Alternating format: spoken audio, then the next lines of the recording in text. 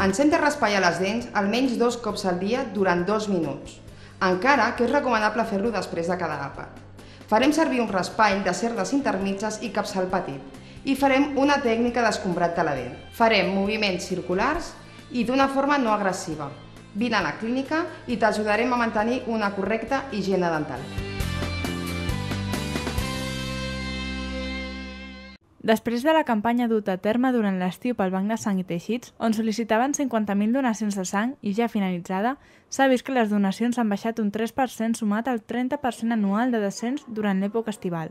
A l'estiu, com sempre, baixen molt les donacions. Ja sabeu, cada estiu diem que baixen un 30% les donacions i aquest any, malauradament, han baixat una miqueta més. Estem amb un estoc de 6 dies, quan el que ens agrada tenir són 10 dies. Llavors, ara estem demanant a la població que ja ha vingut, que ja ha tornat de les vacances, que tornem a la normalitat, que s'animi a donar sang. Les donacions no han arribat a les 50.000 i aproximadament s'han recollit unes 42.000. En la tornada de vacances és hora de posar fil a l'agulla i donar el tret de sortida a noves peticions. Cada dia a tota Catalunya necessitem 1.000 donacions de sang, no? Això sembla fàcil de dir, però realment costa que la gent vingui, la sang caduca, no la podem tenir emmagatzemada dies i dies i dies, i per això necessitem que cada dia vinguin 1.000 persones. Com ens explica la Marta, donar sang salva 3 vides. El més important és saber que amb una única donació salvem 3 vides. Per què? Perquè tota la sang que arriba als laboratoris del banc de sang es fracciona i es converteix una bossa en 3 bosses diferents amb components sanguinis diferents.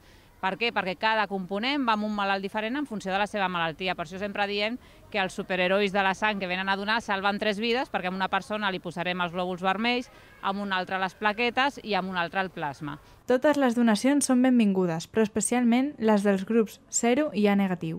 Donar és fàcil i ràpid, però qui ho pot fer?